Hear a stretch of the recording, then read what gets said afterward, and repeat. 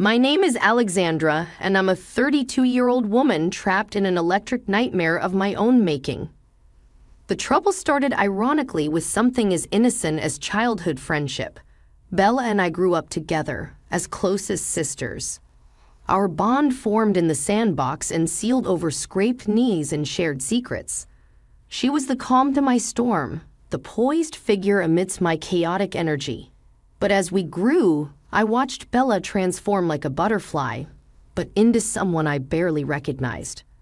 I remember the day it changed. We were 12, sitting in my cluttered bedroom surrounded by video games and comic books.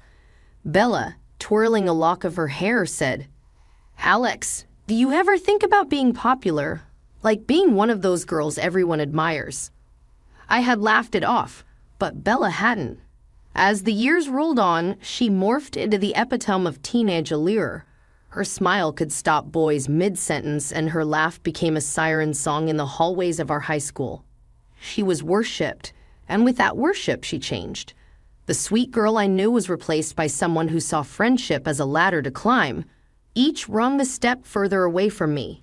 But even as we drifted apart, she never turned her venom on me.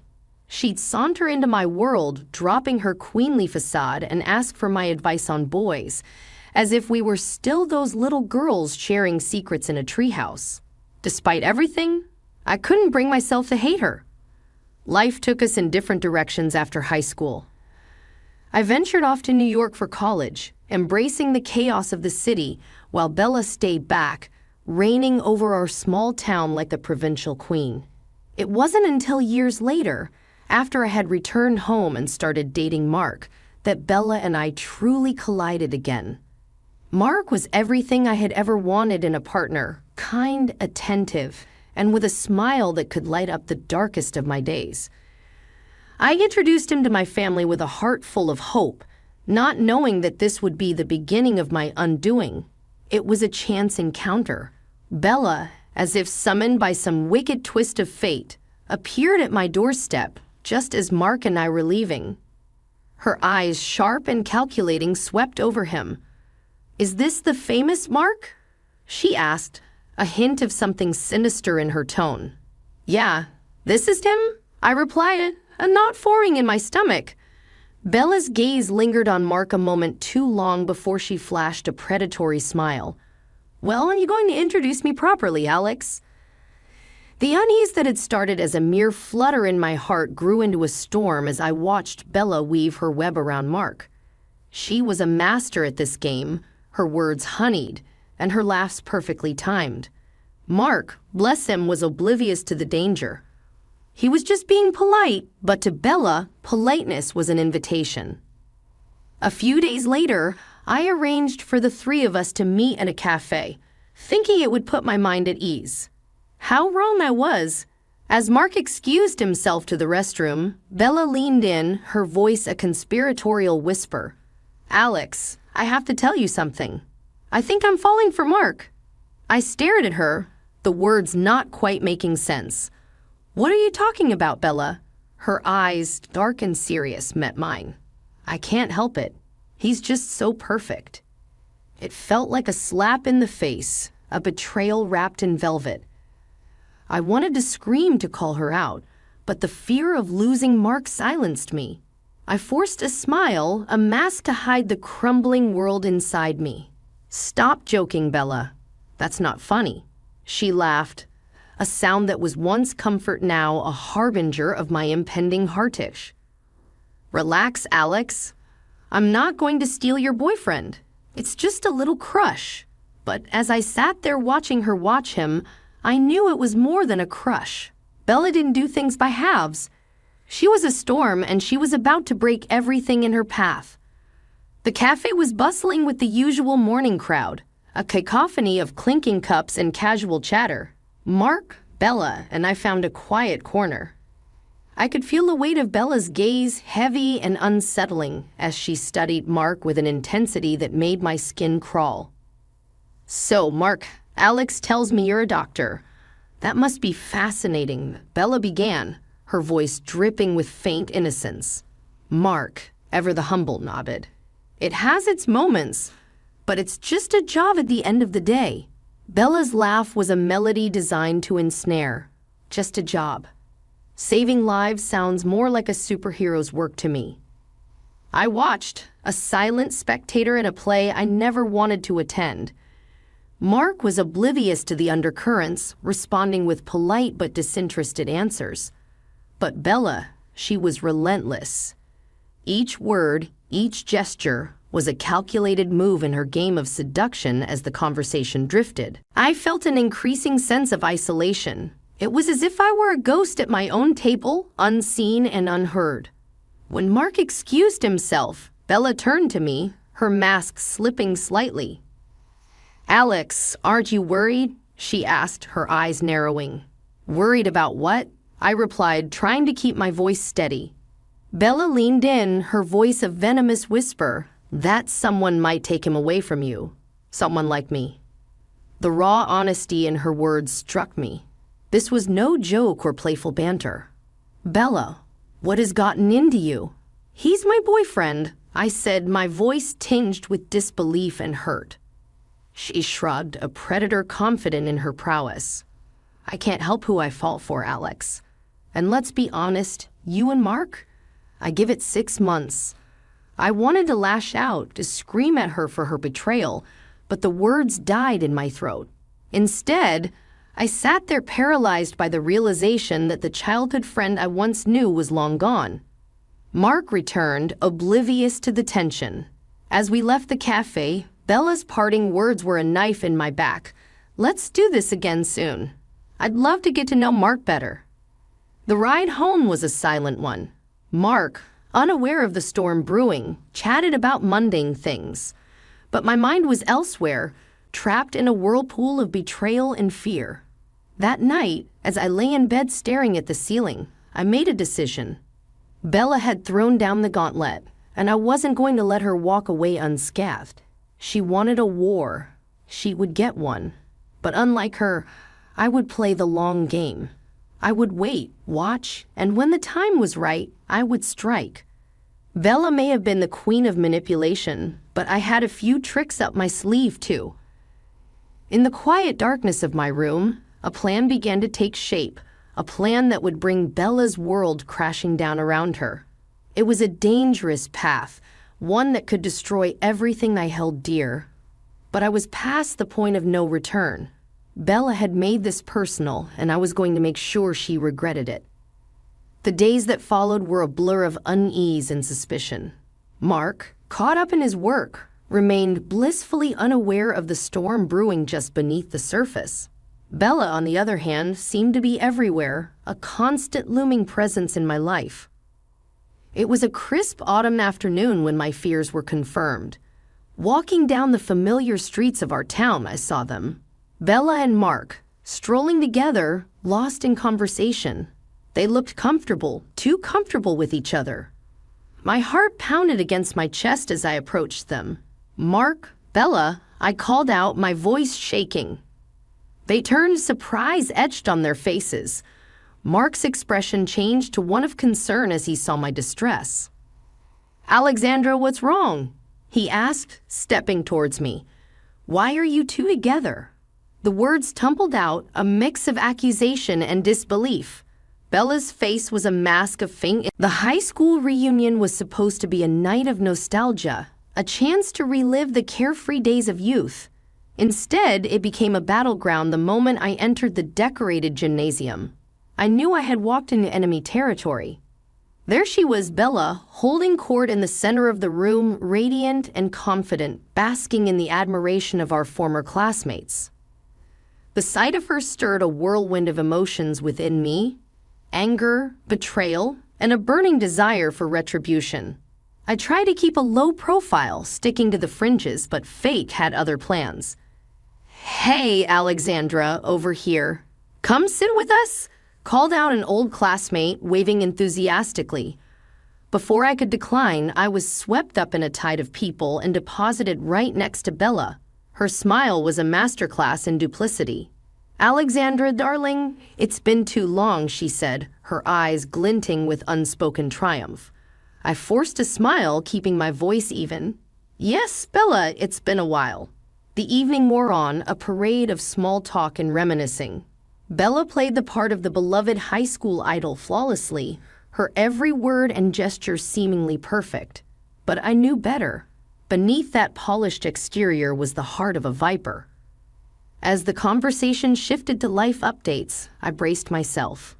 So, Alexandra, what's new with you? Still with Mark? Bella asked, her voice honeyed with false concern. The question was a knife and she wielded it expertly. No, Bella. Mark and I are no longer together, I replied, keeping my emotions in check. Bella's expression was one of feigned shock. Oh, I'm so sorry to hear that. But I'm sure I catch like you won't be single for long. Her words were a performance for the audience we had. I could feel the eyes of our classmates on us, sensing the undercurrents of tension. I'm focusing on myself right now, Bella. Relationships aren't a priority, I said, meeting her gaze steadily. Bella laughed, a sound that set my teeth on edge. Oh, Alex, always the independent one. But you know what they say, the clock is ticking. Her insinuation was clear, a barbed reminder of societal expectations. I felt a flush of anger but held it back. Now was not the time for an outburst. The night dragged on, a torturous affair of forced smiles and polite applause. Later that night, as I lay in bed, Bella's words echoed in my mind. She had taken pleasure in my pain, reveling in my discomfort. But as I closed my eyes, a plan began to form. Bella thought she had won, but the game was far from over. I would take my time crafting a revenge that would leave no doubt about who the true victor was. Bella had made a grave mistake in underestimating me, and she would soon learn just how costly that mistake was. The confrontation with Bella at my parents' house was unexpected, explosive. She arrived unannounced, her face twisted in a mix of anger and desperation. "What do you want, Bella?" I asked, my voice cool, as I opened the door to her furious knocking. "I want my money, Alexandra. The money you owe me," she spat, her eyes blazing. Confusion swept over me. "Money? What are you talking about? I don't owe you anything." "Don't play dumb. The $600,000 you took from Mark, you're going to pay it back." Bella's accusation was ludicrous, yet her conviction was unsettling. "Bella, you've lost your mind. I never took any money from Mark," I countered, struggling to maintain my composure in the face of her absurd claim. Her laugh was bitter, filled with contempt. "Oh, please, you think I don't know about the debts? Mark told me everything. You bled him dry with your extravagant lifestyle, and now I'm paying for it." The pieces clicked into place, a sickening realization dawning on me. Mark's financial troubles, which he had always been so vague about, were now being twisted into a weapon by Bella. "Bella, listen to yourself. You're being played. I never took any money from Mark. This is his doing, not mine." I tried to reason with her, but my words fell on deaf ears. "Save it, Alexandra. I know your type, always playing the victim." "Well, not anymore. You're going to pay back every cent, or I'll make sure everyone knows what a fraud you are." Bella's threat was laced with venom, her desperation turning to malice as she stormed off. I stood there shaken but resolute. This was no longer just about a broken heart or a tarnished friendship. This was war. Over the next few days, I began to gather information, digging into Mark's financial history. It didn't take long to uncover a trail of deceit and manipulation. He was in deep, and he'd had dragged Bella down with him. Armed with this knowledge, I arranged a meeting with Bella. We met at a quiet park, away from prying eyes. She arrived, her usual confidence replaced with a wary defensiveness. "Bella, I'm not here to fight. I have something you need to see," I said, extending an envelope towards her. She took it hesitantly, her eyes scanning the documents inside. As the truth dawned on her, her face paled, the realization of Mark's betrayal hitting her like a physical blow. This can't be," she stammered, her facade crumbling. "I was never the enemy, Bella. It was Mark all along. He used us both, I said, not without a tinge of sympathy. For a moment, there was a flicker of the old Bella, the friend I once knew, but it was quickly snuffed out, replaced by a hardened, bitter shell. This changes nothing between us, Alexandra. You may not have taken the money, but you're still the reason my life is in shambles, she said, her voice cold as she walked away. I knew that our bridge was burnt, but I also knew that justice, in its own twisted way, had been served. Bella had been humbled, her illusions shattered, and while it brought me no joy, it was a necessary closure. I walked away from the park, a sense of finality washing over me. The chapter of Bella and Mark was closed, but my story was far from over. Life has a way of coming full circle. Standing in my new home, a modest yet cozy place filled with love and laughter, I couldn't help but reflect on the tumultuous journey that had led me here. I had moved on, found love again with someone who valued the simplicity of life as much as I did. We had a beautiful son whose innocent laughter was a balm to the scars of my past. Yet, the echoes of the past still lingered. News of Bella reached me, a bitter reminder of the storm we had weathered. Her fall from grace was as swift as it was severe. After the truth about Mark's deceit and her own misplaced accusations came to light, her life unraveled. The queen bee of our small town had lost her sting, her followers dissipating as quickly as they had gathered. I heard she moved into a small, run-down apartment, a far cry from the lavish lifestyle she once boasted. Her dreams of a grand wedding and a life of luxury with Mark had crumbled to dust, leaving her with a harsh dose of reality. I didn't take pleasure in her downfall. There was no satisfaction in seeing the once mighty Bella reduced to a shadow of her former self. If anything, it was a somber reminder of how fragile our perceptions of happiness can be. "Mommy, look!"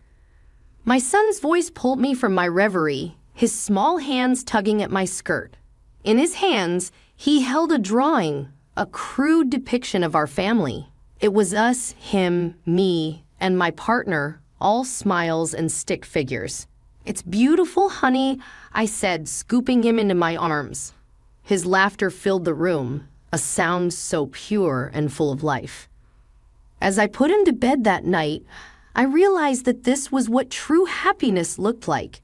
It wasn't about status, money, or revenge. It was about the simple moments, the ones that often go unnoticed. Lying in bed, I thought about Bella one last time. Our friendship, once a source of comfort and joy, had become a battlefield of envy and betrayal. But it had also taught me valuable lessons about trust, resilience, and the power of letting go.